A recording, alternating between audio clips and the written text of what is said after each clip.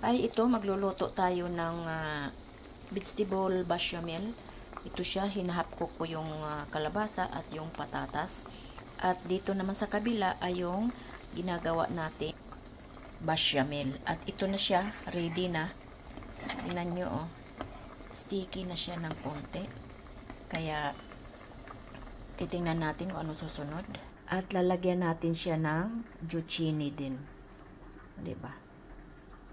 At ayan, binablance ko din ng ilang minuto lang, mga 1 minute lang itong zucchini natin na may yung tubig dyan ay may nilagyan ko siya ng beef cube para magkalasa din siya.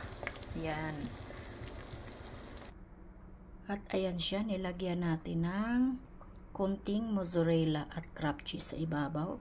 Ready na ito sa oven, mga kalangga ko dyan. Kaya abangan natin pag naluto na siya.